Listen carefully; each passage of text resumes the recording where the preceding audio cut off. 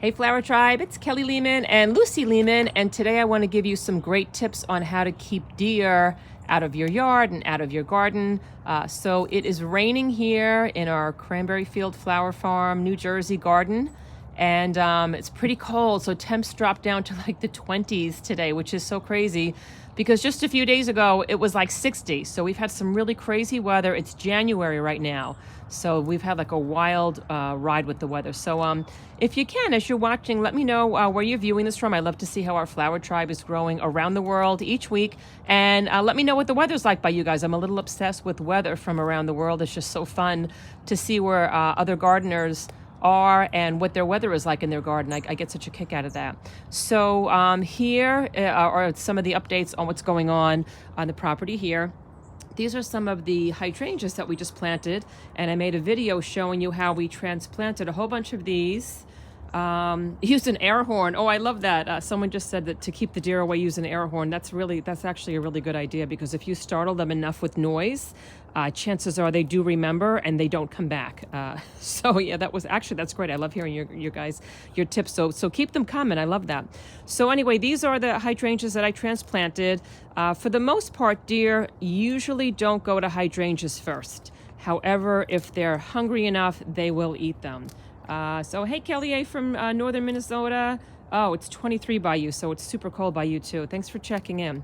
So yeah, so hydrangeas and peonies are two of the plants that deer usually do stay away from, but once again, if they're hungry enough, they will go after them. So that's kind of like a good choice of plants to put in your garden or in your landscaping if you know that you have a deer population nearby. So we have woods in the back of our house. We have a tremendous population of deer that are here constantly. So another tip is to kind of keep the plants that you know that you want to keep safe closer to the home, because the deer don't want to come close to people.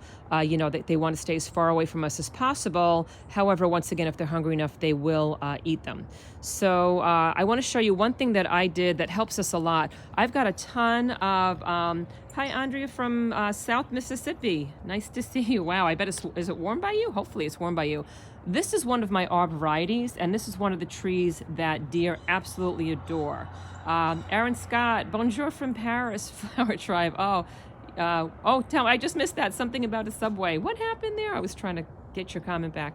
Anyway, deer love arborvitaes, and they love yews. So this is the shrub that I have around my hydrangeas in the back that a lot of you have asked me about. Hey Z, nice to see you.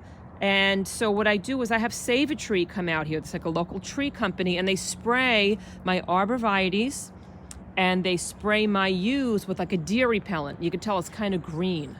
So it's almost like a green. It looks like almost like a paint that they put on. It's very light. Listen, it does, it looks a little bit different than the regular green plants, but not enough that I mind it too much. And what happens is the deer totally stay away from these plants right now because they've been sprayed.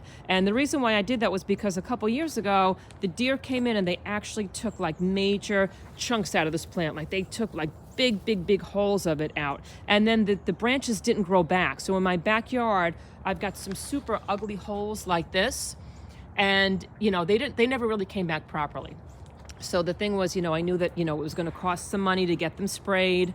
But we wound up doing it because it's very hard to replace a tree that's this size. So like this arborvitae plant is probably about maybe 10, 15 years old. And so I kind of bit the bullet and, we pay them to come out and spray. So I have them spray my yews because, like I said, the deer love the yews. They love the arborvitaes, but they kind of stay away from the boxwoods. So these are my boxwood plants, so I don't spray them. So sometimes it's a good idea just to like plant some things in your garden and your landscaping that are more deer resistant, like the boxwoods. And then you can also wrap some of your plants that you really want to protect. You can wrap some burlap around them. So I've got some burlap wrapped around this hydrangea. Sometimes that's a good idea. I know a lot of times people will put like a metal cage around the things that they really want to protect. But sometimes it's hard when you have like a really big garden or like a really big landscaping. So one of my favorite tips is to hang Irish Spring soap bars throughout your garden, throughout your landscaping, because the deer hate the pungent smell of that. So if you can hang a whole bunch of those like around some of your, plants that you want to protect, that's always a really good idea. Hey, Amanda, thanks for checking in from Northwest Arkansas. Oh, wow. Oh, yeah, I know we all need this deer repellent info, right? Another best practice that I like to follow is I let Lucy kind of roam around the property all the time. So, Lucy is outside, like almost, like a huge part of the day, and she wanders out there at night. We have like one of those dog fencing collars, so, she can't get out. And, if there's a large animal or even like a smaller dog, that barks a lot, once they hear that motion, they start barking, and, the deer don't want to deal with that. They feel very unsafe. Some people like to use coyote urine. I know that sounds so disgusting, but it works. You can order that from like Amazon. I have like an Amazon shop page below that I always leave in place so that you guys can check out some of the products that I'm talking about. And if you kind of sprinkle that, the deer then think that like there's an animal, like a predator that lives nearby, and they tend to leave those areas alone. One of my favorite tips is to leave some music playing constantly in an area that the deer have been going after. So if you've tried all these other tricks, leave like a radio playing, like a talk show radio playing for like, 1 or 2 days on like, like a little portable battery operated radio that's protected from like, the elements in your garden. And if the deer, think that people are out there 24/7, chances are they're going to move on to someone else's property and hopefully leave your plants alone. So those are some of my favorite ones. You can also, it's a really good idea to kind of maintain your gardens and your landscaping, because if they're overgrown, the deer feel like they're more protected. They kind of feel like they have better coverage, that they're going to be more brazen in gardens and landscaping that are totally overgrown, and that they have more hiding spots in. So if you can kind of keep, the garden kind of tidy, that would help. I actually don't do that with my garden because I love this kind of wild, overgrown look. So my garden is a very bad example of that tip. If you can kind of see it in the background. I see... Oh, the playing. So Lynn Reynolds says she used to do the playing music. Did it work for you, Lynn? Hopefully. I mean, I found that it works. I also have seen gardeners, they will hang tin pans, like the aluminum pans that you use for like leftovers. They'll hang them from trees. And then when the wind shakes them together, they make like a big clattering sound. So sometimes people will hang some of those, little aluminum pans in the areas where the deer are really going after. So those are some of my biggies. You can also choose to do, I have my little cheat sheet here. That's what I'm looking at here. Look, sometimes I use like little like magic marker, and sometimes my handwriting is horrible. So sometimes people will also, hold on, I gotta go back here. They'll plant things like daffodils because daffodils have something inside their stems called lycorine, and that makes animals' stomachs upset. So if you start planting things like daffodils and marigolds that they just don't like, sometimes people will do that as a border plant, and then this way it's kind of like a deer deterrent. And so those are some of my top picks. I also know that deer don't like levels, like they don't like to go up and down hills too much. So if you have some sort of like levels in your property or like in your gardens, like some steps up, some steps down, I think that I've read that they're more secure on like even ground, so they're not going to venture up and down like a 2 or 3 or 4 level property. So I know that's not always the easiest thing to do, to just like add all these levels to your backyard. But if it was something that you were thinking of doing and the deer are making you crazy, you might want to go ahead and pull the trigger on a little project, on a big project like that, I should say.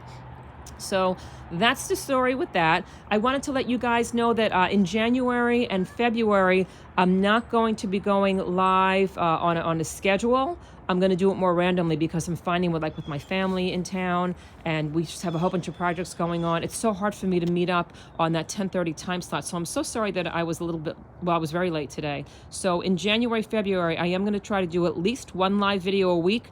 And I will try to do it on either Wednesday or Thursday, but it's going to be a little more random. So sorry about that. And I'll get back on a more regular schedule in March when things, start to warm up again. But I always repost these, so you could always come and check them out later.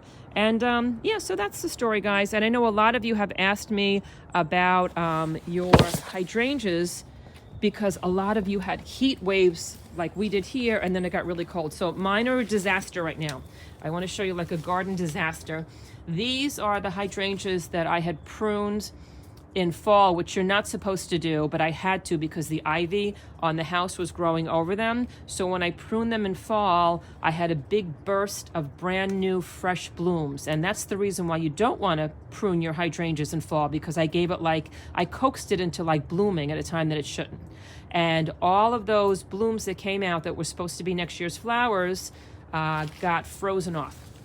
So this is why you never want to prune your hydrangeas back in early fall, because that's exactly what this happened here. And I tried to protect the blooms with this burlap wrap, and I made a video, it's on my live playlist, showing you exactly how to do this. But what happened was it got super cold. So the blooms came out, we had these little buds came out. They actually looked more like this. All the buds came out. They looked kind of like this, because these are hydrangeas that come in on old wood. And they budded out in fall. And then it got cold in the winter, so I kind of wrapped them with the burlap. And then we had these crazy warm temperatures, it was 55 degrees a week or two ago. And so some of these I didn't unwrap in time, and some of them baked. And the ones that didn't bake wound up freezing with this 20-degree temps that we had. So listen, some years that's just what happens. So this was a complete wash for this hydrangea this year. But we'll see. Sometimes, some of the hydrangeas Endless Summer will have a second flush of flowers that come in on new growth. And if you have hydrangeas like your Limelight hydrangea and your Annabelle hydrangea or your Incrediballs, they come in on what's known as the new growth. So you don't even have to worry about these issues with those types of hydrangeas. And listen, I'm hopeful that, some of these will kind of, come out with some new blooms or some new flowers. We'll see. I'm always hopeful. And when this happens, I don't get upset about it. It's just nature. It's part of it. And then usually some other beauty pops up in my garden because of this disaster. Check out these beautiful roses now that I'm actually going to have rose blooms maybe not because it's 20 degrees out, but aren't these spectacular? But a lot of times you'll find a little silver lining when things like this happen in the garden. So don't sweat the small stuff. I think that God put all these beautiful flowers here to make us happy and not to have us stress them over. So the blooms that don't come in, don't worry about them too much. Focus on the good. That's always a really good idea. And I just want to show you what my magnolia tree looks like over here, because this is such a beautiful plant to have in your landscaping. I know a lot of you are new homeowners and you've asked me for some advice on landscaping tips. I love this. If you have a large enough space, because it gets pretty big, it's just spectacular. So it's even beautiful in the winter. So it has beautiful white gorgeous flowers that smell like lemon that come in the summer. But then even the winter interest is beautiful and it stays green. This one is I think it's called a leather leaf magnolia, and it's got beautiful leather looking leaves on the back. It's almost like a suede, like a brown suede. So it's really beautiful. I think it's called a leather leaf. Well, anyway, it's got suede looking leaves on the back, but it's really super beautiful. I love this. It's one of my favorite landscaping plants. And once again, another good landscaping tip is to use the boxwoods instead of the yews if you have deer. If not, go for the yews because they're a lot less expensive. So the boxwoods are beautiful, but they are a little bit pricey. So the yews are the way to go if you're on more of a budget and you don't have to worry too much about, like those deer. And then in my center garden here, I've got something called ilex. And those the deer stay away from. And those are also more inexpensive. Thanks, Sandy. So these are also, I'm going to try to zoom in a little bit more. These are once again, more of an inexpensive look. It's still beautiful. And I love them. And there's a ton of birds over here. If you could see, I have this bird feeder that I'm obsessed with. So I've got these birds that show up every day. It's just such a beautiful thing to do to help them through the winter. And then you get to enjoy them and watch them. They bring me such peace. Sheldon and I will sit out here and have coffee. Well, we'll sit inside of our living room, I should say. And we sit by the window. And it's just such a peaceful thing to watch every day. So if you've ever thought about getting a bird feeder, I have a lot of those on my Amazon shop page too that I love. Or you could just go to Walmart, Target, sometimes some of your local, even grocery stores will have them. But I really recommend it to give you a little bit of peace in the winter, especially when things are kind of dormant and we're getting kind of in the blues. So that's the story, guys. I want to thank you all for joining me today. And if you have some extra time, I'm going to take a walk over to my fountain in the background which iced over because it's super peaceful. I'm hoping that my internet doesn't cut out when I go over there. But if you want some relaxing moments of peace, I'll bring you over there too. And please say hi to me over on our Kelly Lehman's Flower Tribe Facebook group. And please say hi to us over on our Cranberry Fields Instagram page. And I've got all those links and descriptions below. All right, guys.